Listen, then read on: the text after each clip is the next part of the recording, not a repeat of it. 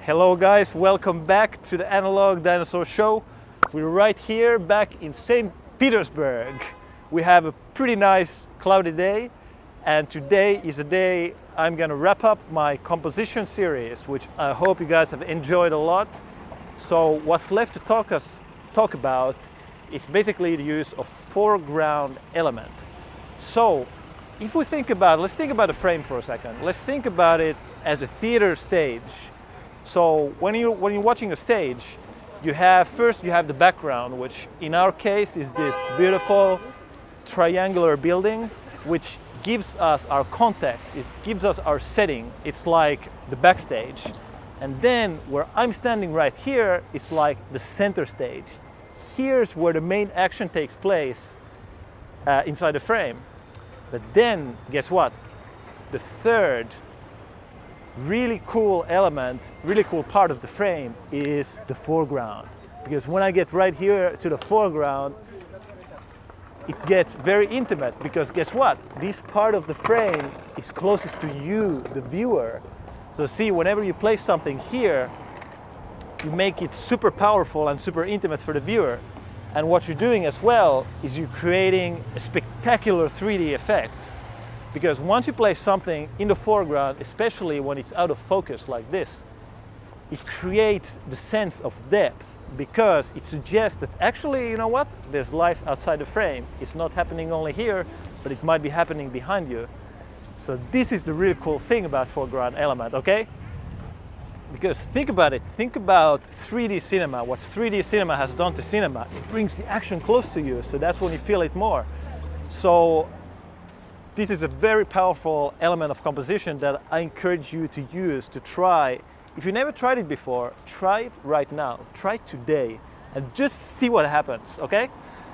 So where do you find foreground element? So you can find it anywhere, basically by simply moving your camera a little bit around. You can use, for example, trees. If you're on the street, you can use some street poles, or you could use some flowers, or you could use some fences, or you could come really close to a window so that the window becomes part of the frame, okay? Or anything like that. They're all here. The foreground elements are everywhere. So now, since I explained the concept, let me show you some kick-ass examples of the use of foreground element.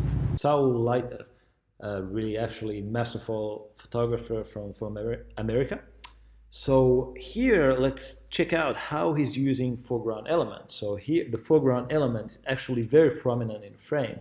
Starting is basically containing all of this here. And I mean, what it does to the frame, it gives it a lot of depth. So you can see clearly there's something going on behind us, which we're not quite aware what, but then it also leads our eye to the main subject of the frame, who's right here contained in a frame within a frame. And so another technique used here, so you got this, a lot of frames actually. There's this one here, this one right here, this one there, and there's one here, and another one here. So really actually a very complex frame from a pretty simple situation. Here's a photo from Jeff Mermelstein, one of my all-time favorite inspirations in street photography. So here, obviously, you have this woman doing her makeup, which is pretty composed in a nice way. You got here this frame within a frame, which is containing the woman, and the main element of the photo is right here in the front.